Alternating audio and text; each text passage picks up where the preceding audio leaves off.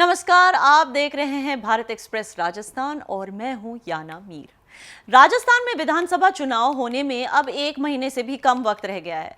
जैसे जैसे ये चुनाव का दिन पास आ रहा है, राजस्थान में सियासी सरगर्मियां तेज हो गई हैं। आपको बता दें, बीते दिन कई कांग्रेस नेताओं के घर ईडी के छापेमारी हुई।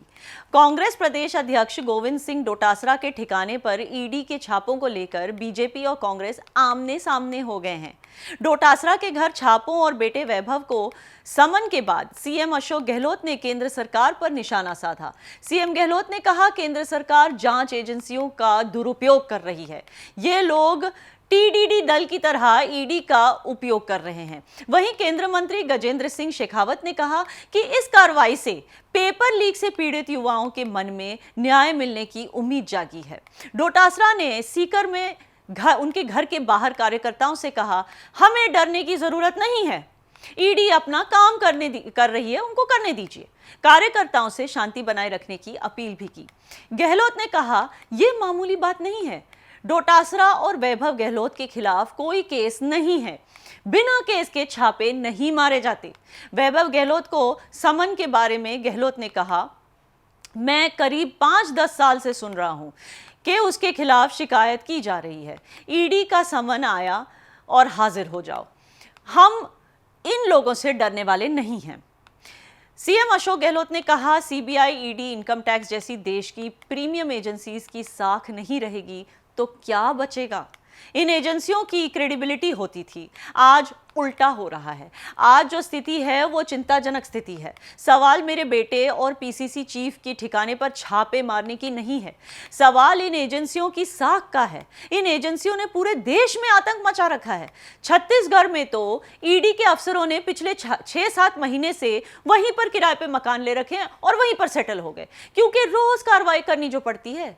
पार्टी के मुखिया पर छापा मायने रखता है, कोई केस दर्ज नहीं, कोई शिकायत नहीं, उसके बावजूद सीधे सीधे छापा डाल दिया। जो शिकायत करने वाले हैं किरोड़ी मीना, उनकी खुद की क्रेडिबिलिटी क्या है, जिनका काम धंधा यही है। किरोड़ी मीना को एक टिकट लेने के खातिर साल भर से यही काम दे रखा है कि आप ईडी में शिकायतें करते रहिए। गहलोत ने कहा, किरोड़ी मीना लॉकर के अंदर जाकर धरने पर बैठ गया कि अंदर 500 करोड़ पड़े हैं। कल हमारा कोई नेता जाकर धरना देगा कि फला जगह 800 करोड़ पड़े हैं, क्या ईडी आएगी? गणपति प्लाजा के लॉकर्स मामले में ईडी का क्या काम था वहां? यह इनकम टैक्स डिपार्टमेंट का काम था। वहीं पूर्व डिप्टी सीएम सचिन पायलट ने दिल्ली में मीडिया से बातचीत में केंद्र और बीजेपी पर हमला बोला। पायलट ने कहा, राजस्थान में बीजेपी चुनाव हार रही है, इसलिए हमारे नेताओं को विशेष रूप से टारगेट किया जा रहा है। कांग्रेस प्रदेशाध्यक्ष के यहां बिना सबूत और तथ्य के रेड डाली गई है, कोई समन नहीं दिया, कोई सबूत नहीं। केंद्र सरकार ने तय कर रखा है, जहां राजनीतिक रूप से बीजेपी कमजोर पड़ेगी, वहां वहां उनका साथ देने आयकर, ईडी, सीबीआई हैं। वहां इनका दुरुपयोग करेंगे, लोगों में भय पैदा करने की कोशिश करेंगे। पायलट ने कहा, मैं समझता हूं लोकतंत्र में विचारधारा और नीति कार्यक्रमों के दम पर चुनाव लड़ना चाहिए।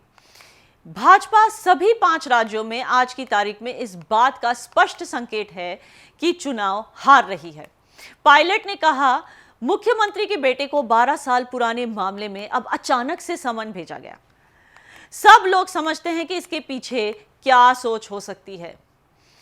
करप्शन के खिलाफ, गलत काम करने वाले के खिलाफ एक्शन हो, लेकिन एजेंसियों को राजनीतिक उनका इस्तेमाल करना यह गलत है।